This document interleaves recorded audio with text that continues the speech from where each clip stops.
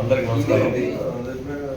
Pakala ZPTC నంగా Padmaja Reddy గారి భర్త నంగా బాబురెడ్డిపై Telugu Desam party నాయకులు కార్యకర్తలు కొంతమంది దాడి చేసినారనేసి వైఎస్ఆర్సీపీ అధికార పత్రిక, బ్లూ మీడియా మరియు సోషల్ మీడియాలో సాక్షిలో చెవిరెడ్డి భాస్కర్ రెడ్డి గారు అసత్య ప్రచారం చేస్తున్నారు. ఇది పూర్తిగా అవాస్తవం. మేము నిన్నటి దినము పార్టీ కార్యక్రమాల గురించి ఒక చోట కూర్చొని చర్చించుకోవడం జరిగింది. అంతే తప్ప మా మధ్యలో ఎలాంటి గొడవ జరగలేదు.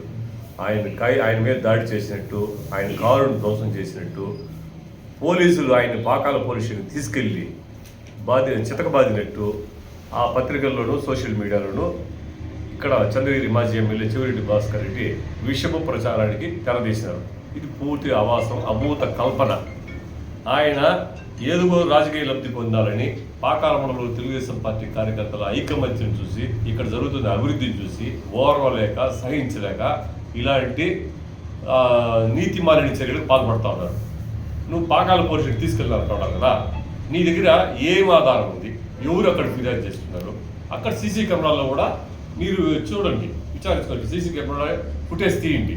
అక్కడ ఎవరైనా ఆయన తీసుకెళ్ళినట్టు కానీ, దాడి చేసినట్టు కానీ ముందేమో చూడండి.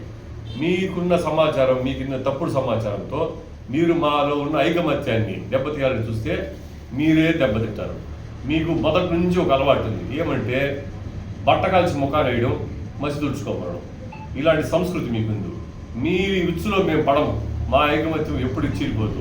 మేము మా చంద్రగిరి ఎమ్మెల్యే, మా నాయకుడు పులివర్తి నాని, మా నాయకురాలు సుధారెడ్డి గారు, మా యువనాయకుడు వినీల్ గారి ఆధ్వర్యంలో పార్టీని మరింత పటిష్టంగా బలోపేతం చేస్తాం. దీనికి ఎలాంటి అనుమానం. అసలు నీ పార్టీ సంగతి నువ్వు చూసుకో. నీ పార్టీ కార్యకర్తలు ఏమైపోయినారు? గతంలో అధికారంలో కూడా వాళ్ళ చేత గంజాయి, అక్రమ మద్యం, మైనింగు, గ్రావెలు, స్మగ్లింగ్ చేయించినావు. వాళ్ళని నీవు ఓటం తర్వాత, నువ్వు ఒంగోలు ఓటం చెందినావు, నీ కొడుకు చంద్రగిరిలో ఓటం చెందిన తర్వాత నీ అక్రమ సంపాదనతో నీ వ్యాపార అభివృద్ధి కోసం నువ్వు బెంగళూరు మకాం మార్చినట్టు కూడా మాకు సమాచారం ఉంది. ఇక్కడ కార్యకర్తలు గాలి వదిలేసినావు పూర్తిగా. నువ్వు నీ పార్టీ పరిస్థితి పట్టించుకోకుండా మా పార్టీలో నీ విభేదాలు సృష్టించడానికి ప్రయత్నం చేయడం నీ వల్ల కాదు. నువ్వు మా పార్టీ విషయాల్లో చేతులు పెట్టావంటే నీ చేతులు కాలుకోవడం ఖాయము.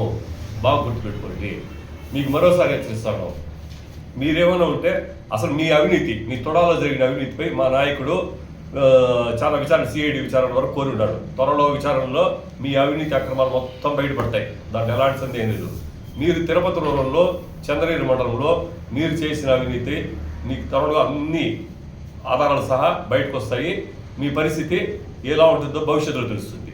మీరు మా నాయకురాలు పులివర్తి సుధారెడ్డి గారు ప్రజలతో, మహిళలతో ముఖాముఖి సమావేశమై వాళ్ళ సమస్యలు పరిష్కారం చేయడం, ప్రజలకు చొచ్చుకుపోతూ ఉండడం చూసి వరవలేపుతారు. మా నాయకుడు అభివృద్ధిని విపరీతంగా నిధులు సేకరించుకొచ్చి అభివృద్ధిని వేగవంతంగా నడిపిస్తూ ఉన్నాడు. ఉదాహరణ పాకాల మండలంలో పాకాల దామల్చెరువు రోడ్డు, దామల్చెరువు పులిచెర్ల రోడ్డు కొన్ని కోట్ల రూపాయలు అభివృద్ధి చెందింది. అదేవిధంగా సుబ్రహ్మణ్య స్వామి టెంపుల్ ఒకసారి చూడు, కళ్ళు పెట్టి చూడు, అభివృద్ధి చూడు.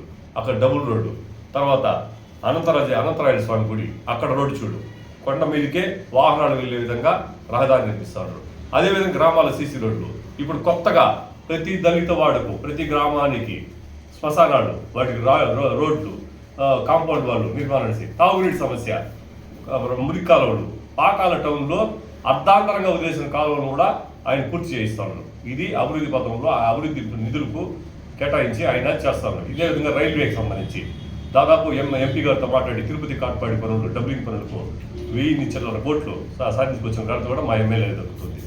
ఇలా అభివృద్ధి చేస్తామంటే ఆయన చూసి ఓర్వ లేకుండా నువ్వు ఎప్పుడు అభివృద్ధి పనులు రాలేదు. అభివృద్ధి జోలికి పాలే చంద్రకాశిలో ఎంతసేపు నీ అక్రమ సంపాదన, నీ పనుల్లో నువ్వు ఉన్నావు. ఇప్పుడు అభివృద్ధి చూస్తామంటే అభివృద్ధి చేయడం